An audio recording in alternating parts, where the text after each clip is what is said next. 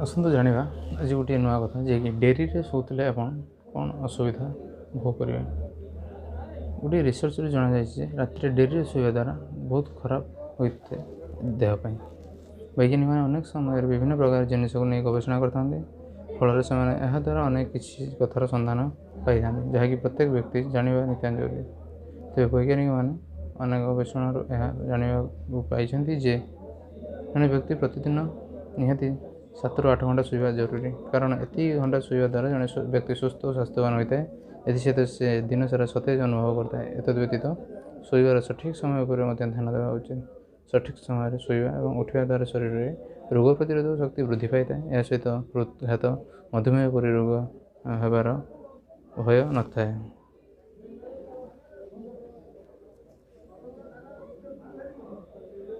ଆଜିକାଲି ଲୋକେ କାମରେ ବ୍ୟସ୍ତ ରହୁଛନ୍ତି ଯେ ସେମାନେ ନିଜର ଖାଇବା ପିଇବା ଭୁଲି ଯାଉଛନ୍ତି। ଏଥିସହିତ କେଉଁ ସମୟରେ ଶୋଇବା ଉଚିତ ତାହା ମଧ୍ୟ ଜାଣିପାରୁନାହାନ୍ତି, ଫଳରେ ସେମାନେ ଅନେକ ଅସୁବିଧାର ସମ୍ମୁଖୀନ ହେଉଛନ୍ତି। ଏତଦ୍‌ବ୍ୟତୀତ ଡେରିରେ ଶୋଇବା ଦ୍ୱାରା ଶରୀରରେ କିଛି ଅଙ୍ଗ ପ୍ରଭାବିତ ହୋଇଥାଏ, ଫଳରେ ସେମାନେ ଅନେକ ଅସୁବିଧାର ସମ୍ମୁଖୀନ ହୋଇଥାନ୍ତି। ବର୍ତ୍ତମାନ ଆସନ୍ତୁ ଜାଣିବା ଡେରିରେ ଶୋଇଲେ କ'ଣ ହୋଇଥାଏ। ଡେରିରେ ଶୋଇବା ଦ୍ୱାରା ହୋଇଥାଏ ଏହିସବୁ କ୍ଷତି କ'ଣ?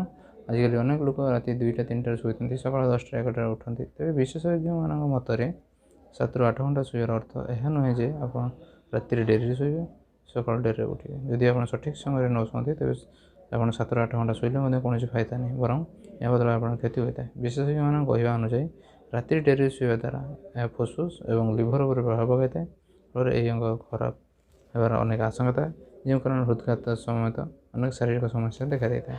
ତେଣୁ ସଠିକ୍ ସମୟରେ ଶୋଇବା ଦ୍ୱାରା ଜଣେ ବ୍ୟକ୍ତି ଶୋଇବା ସମୟ କ'ଣ ନା ବୈଜ୍ଞାନିକଙ୍କ ମତରେ ସୂର୍ଯ୍ୟୋଦୟ ଓ ସୂର୍ଯ୍ୟାସ୍ତ ଅନୁସାରେ ଆମେ ଶୋଇବା ଉଠିବା ଆବଶ୍ୟକ, କାରଣ ଆମ ଶରୀରର ଥିବା ବାୟୋଲୋଜିକାଲ୍ କ୍ଲକ୍ ଏହି ସମୟ ଅନୁସାରେ ଶରୀରରେ ଥିବା ମଇଳାକୁ ବାହାର କରି ଏହାକୁ ମରାମତି କରିଥାନ୍ତି, ଫଳରେ ଜଣେ ସୁସ୍ଥ ବ୍ୟକ୍ତି ହୁଏ।